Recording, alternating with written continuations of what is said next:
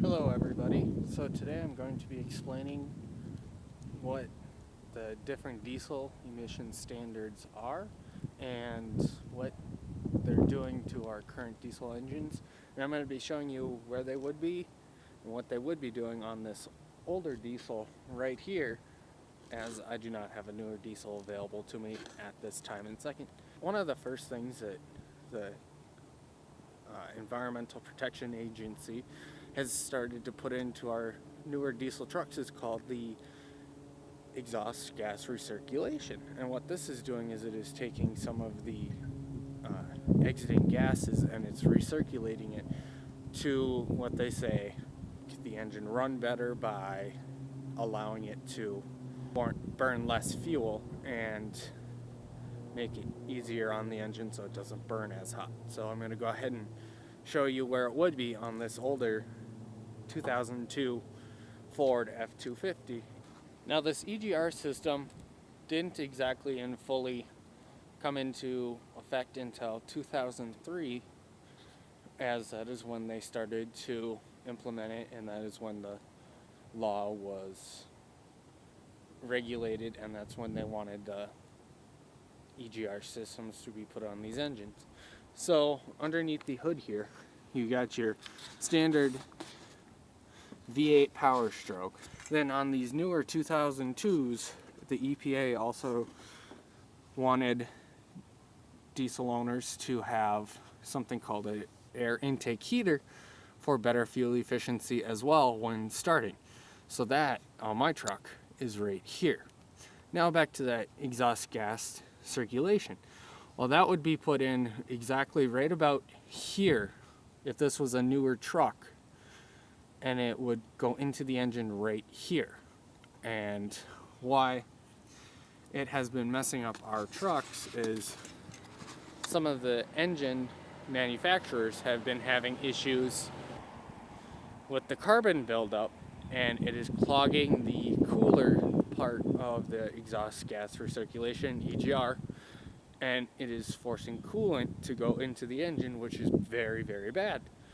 Now the next system that I'm going to talk about is in the after treatment of combustion, and it is underneath the truck in the exhaust system. And so what that is called is the diesel particulate filter, and what this is doing is it is filtering out all that black soot, black smoke, carbon buildup, like I said before, whichever you may want to call it. I'm just going to call it carbon output or carbon buildup. So what it is doing is it is filtering out all that black carbon buildup, and it is making it so that all of our diesel engines have to burn more fuel, as when that filter gets full, it has to dump a bunch of fuel into the exhaust system, and it has to burn all of that away. And that is called, when it does one of those, it is called regeneration.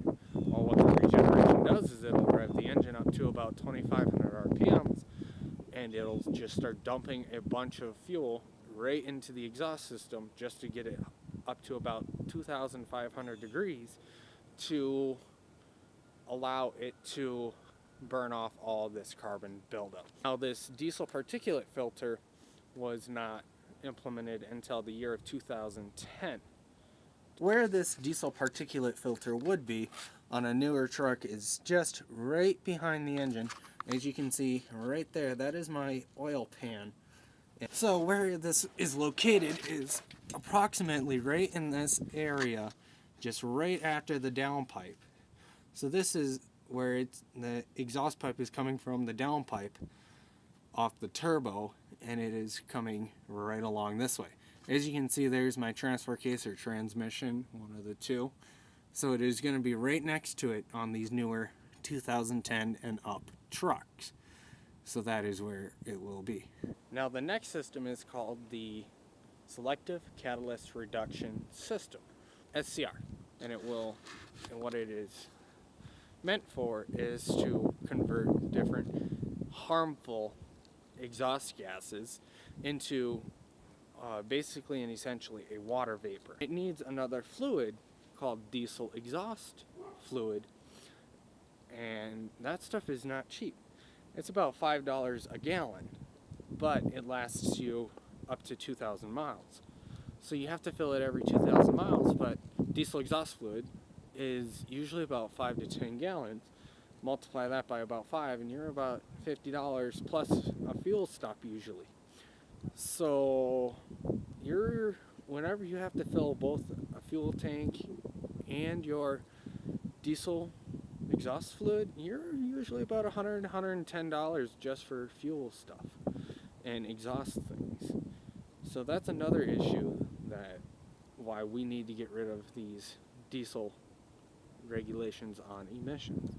So what it is it's just one big long tube under the exhaust, or in the exhaust underneath the truck as well. And I'm going to go ahead and show you guys where it would be as well. Once again, I'm still using my 2002 F250. Now that I am underneath the truck, earlier I had shown you where the diesel particulate filter is, and that's usually right around here. Well, now this SCR, or Selective Catalyst Reduction System, is going to be in a big long tube from right about here all the way back to almost the back axle or muffler. So it's usually right about there. As you can see, my muffler is right there. So that big long tube is right along that way. And then where it will put in this diesel exhaust fluid is just right into the exhaust system, usually right about here.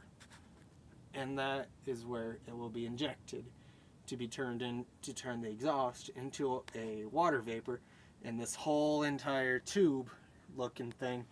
Now that I've shown you some of these systems and what they're currently doing and why they're super bad for our environment and for us, another thing is with this water vapor that has been, what all of these systems are doing with this water vapor is when these trucks are going into a regeneration, they start to emit a very horrible, toxic, potent smelling vapor from their exhaust system. Now this is mainly more in the newer 2015 and 16 Ram EcoDiesels. They are allowing this toxic and potent smelling exhaust smell come out of our trucks because of this whole entire diesel particulate filter and the selective reduction catalyst system, and they're all making this horrible smell and people are complaining about it. Why doesn't the EPA care about this toxic and potent smell?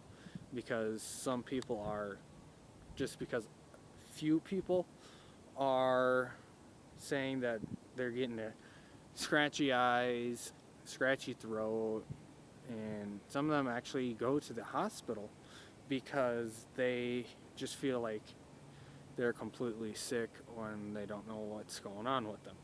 So why does the EPA not care about our health in that way, but they care more about what is being put into our air as a water vapor just for diesel trucks? What gets me is why are they regulating just diesel trucks and not some of these newer cars? That's why I'm bringing you this video. I'm going to get into some reasons as to why people buy diesel trucks over gas trucks. Now, most companies will choose a hands-down diesel engine truck for their company, such as a towing company. They've got those big flatbed wreckers. They've got those little wreckers that are just like a normal pickup truck, but then they've got a jaw special type of bed thing, and they call that a wrecker. They also have some companies even have big semis as wreckers, and they're all diesel engines. Why they choose them is because they have a much higher towing capacity and they have a much better fuel efficiency rate as well. Now these companies, they have to pay for all of these new things whenever they go wrong, such as the exhaust gas recirculation system, like I had said earlier. It'll cost someone when that breaks on their truck, it'll cost anywhere between $5,000 and $17,000, depending on how much damage was done to the truck. Now, all these companies, they have to incur that cost, and they even have to pay for an extra thing such as the diesel exhaust fluid, or DEF. But all it is just a urea and water compound. That's all it is. It has nothing else in it. Another reason why people purchase diesel engines is for semi-trucks. Most companies will hands down purchase a diesel engine semi-truck over anything else. Now there are starting to be more and more compressed natural gas semi-trucks, but they're not proved to be as reliable and as strong, and the fuel rate on those things is a lot worse. They go through fuel so much faster than a diesel engine will. Another reason why people buy diesel trucks is for my very reason, and that is for towing a trailer. It doesn't have to be a very long one, and it doesn't have to be a very small one. The reason why we choose diesel over gas now is because when we're going up a steep grade, such as a mountain, we want to be able to have enough power if some person decides to cut us off, we want to be able to have the power. And one last reason why people buy diesel engines is because they're extremely fuel efficient. This currently with my 2002 F-250 that's been around me for this whole entire video, I'm currently getting 16 miles to a gallon. And when I had a gas F-150, which was a 1998 model, I was only getting 10 miles to a gallon. So to sum this up, we have gone through the exhaust gas recirculation system, which is in the engine bay, right by the engine. Major problems, as you can tell. I went through the diesel particulate filter, the selective catalyst reduction system. So what can we gather from this, and what do I want you to do? I want you to just go out and try and find people who have the same opinion as you, and I want you guys to start talking to each other about a way to talk to the EPA to get all of these emission standards off our vehicles. That's what I challenged you, and that is exactly what I want you to do.